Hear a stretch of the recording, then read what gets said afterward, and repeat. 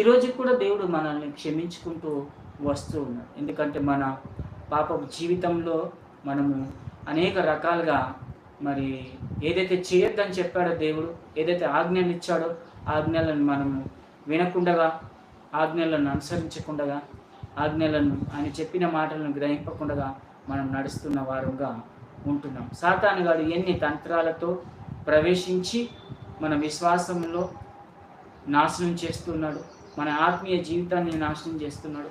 మనము బైబిల్ చదువుకున్నప్పుడు మనల్ని తలంపులు మార్చేస్తాడు, మన ఆత్మని ఇంకొక వైపు నడిపిస్తూ ఉంటున్నవాడుగా ఉంటాం. కాబట్టి ఈరోజు మనం తెలుసుకోవాల్సిన కొన్ని విషయాలు మనము జ్ఞాపకం చేసుకుందాం. ఎందుకంటే పరిశుద్ధ మరి బలలో మనం పాలు పంచుకోబోతున్నాం. ఆయన శరీరంలో మనం పాలు పంచుకోబోతున్నప్పుడు మనలో మరి దేవుని యొక్క చెప్పాను కదా ఇందాక దేవుడు ఆజ్ఞలు ఇచ్చాడు.